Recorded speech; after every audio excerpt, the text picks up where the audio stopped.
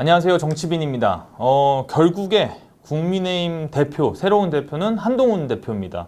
지난 23일 결국 당선이 좀 너무 쉽게 됐죠. 무난히 됐습니다. 총 32만 702표 받았고요. 득표율이 무려 62.84%입니다. 압도적이라 볼 수 있죠. 뒤 후보들 보면 원희룡 후보가 18.85, 나경원 후보가 14.58%, 윤상현 후보가 3.73%입니다. 제가 지난 방송에서 좀 이건 정정 약간 설명을 드려야 될 것 같아서 2차 경선을 만약에 가면 한 후보와 나 후보 단일화 가능성이 있다고 봤는데 그 방송 올리자마자 그 소위 말하는 패스트트랙 기소 취소 이런 논란이 나올 줄 몰랐거든요. 그게 나왔더라면 아예 성사가 될 수 없는 얘기였는데 어쨌든 2차가 아닌 1차에서 끝났으니까요. 그러니까 이제 결과론적으로 보면 이게 경선 가더라도 나 후보나 원 후보가 단일화가 됐어도 쉽지 않았겠구나 싶긴 하더라고요. 어쨌든 한동훈 대표 당선되자마자 나경원 후보와 포옹도 하고 원희룡 후보와 또 이렇게 스킨십도 하고 하는 거 보면서 선수들은 선수들이다. 근데 하지만 어쨌든 좀 간극이 확인된 선거라서 좀 여러 가지 의미가 또 남겨둔 여러 가지 좀 사연이 있는 선거가 될 것 같습니다. 일단 좀 선거 얘기를 좀 하면 여튼 이게 굉장히 압도적입니다. 60% 넘긴 거는 의미가 있죠. 지난번 김기현 후보는 50%를 좀 간신히 넘겼는데 대단합니다. 역시 한동훈 대표가 대세고.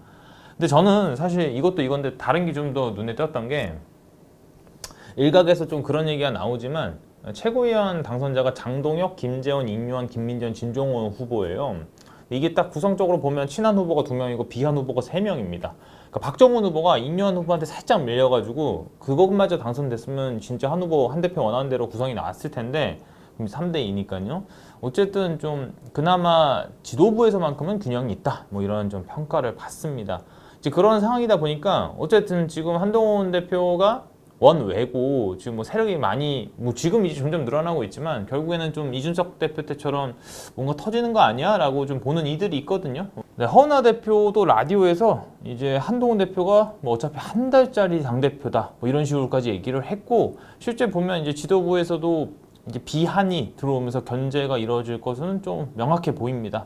그 보면 지금 제일 갈등 중에 하나가 제3자 방식의 최상병 특검법을 추진하려고 하죠. 저 민주당 중심의 최상병 특검법은 이제 부결이 됐으니까요. 이제 완전 폐기가 됐죠.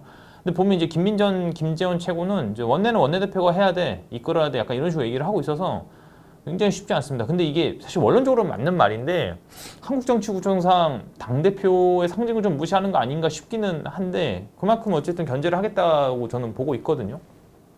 그리고 좀 야담인데 이제 최근에 이제 본회의에서 부결된 그 최상병 특검법을 보면 약간 여권에서 이탈표가 나왔거든요. 3-4표 정도. 근데 이제 이게 좀 일각에서는 약간 원내 대표 쪽을 좀 견제하기 위한 좀 한동훈 쪽에 약간 좀 보여주기다 이런 얘기까지도 있습니다. 이건 완전 소문이지만 충분히 좀 가능성은 있다고 보거든요. 어쨌든 지금 서로 견제를 해야 되는 상황이니까. 그런 것도 있다는 것도 말씀을 드리고 저는 그래서 약간 결국엔 최상병 특검을 어떻게 추진할 거냐가 좀 중요하다 봅니다. 국힘에서는. 결국에 이것도 두고 봐야 되지만 그래서 이제 야권에서는 한 대표와 윤 대통령 갈등을 기대하는 이들이 제법 많죠. 그래서 나중에 또 이런 걸 갖고 지렛대를 삼아서 윤 대통령을 더 압박하겠다 이런 것도 있는데 이것도 다른 일이지만 저는 일단 힘의 균형은 아직까지는 윤통한테 있다고 봅니다. 지금 한동훈 대표한테 좀 힘의 균형이 좀 조금씩 넘어가고 있지만 어쨌든 지금은 윤 대통령이 조금 더 앞선다. 물론 지금 정부 여당 지지율이 좋지 않아서 조금 더 끌어올려 하긴 합니다. 지금 보면 근데 조사에서 보면 민주당보다 앞서기는 하지만 더 올려야 되죠.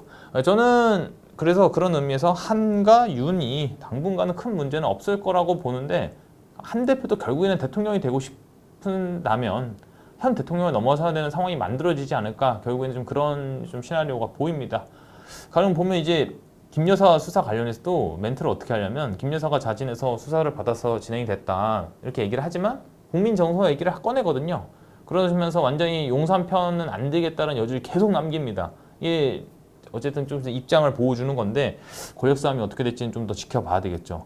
오늘은 좀 가볍게 한 대표, 윤 대통령 상황을 다뤄봤는데 좀 아까 얘기했던 거를 좀 더 추가하면 그러니까 확실히 보면 좀 이준석 대표 지도부 때는 굉장히 이 대표 편을 들어주는 사람도 많이 없었고 좀 많이 불안불안하고 흔들흔들했죠. 좀 그런 윤리까지 넘어가면서 좀 축출되는 과정의 느낌이 있었는데 한 대표는 그런 과정은 좀 쉽지는 않겠지만 그래도 저는 좀 그런 좀 비스무리한 일이 충분히 일어날 수 있다고도 보는 거죠. 이제 2월 달에 보면 1월이었나 1월이었나요? 그 총선 전쯤에 약간 그 한 대표가 그만둘 뻔했던 뭐 그걸 거부하고 이런 사연이 있지 않습니까? 좀 비슷한 일이 일어날 수도 있다.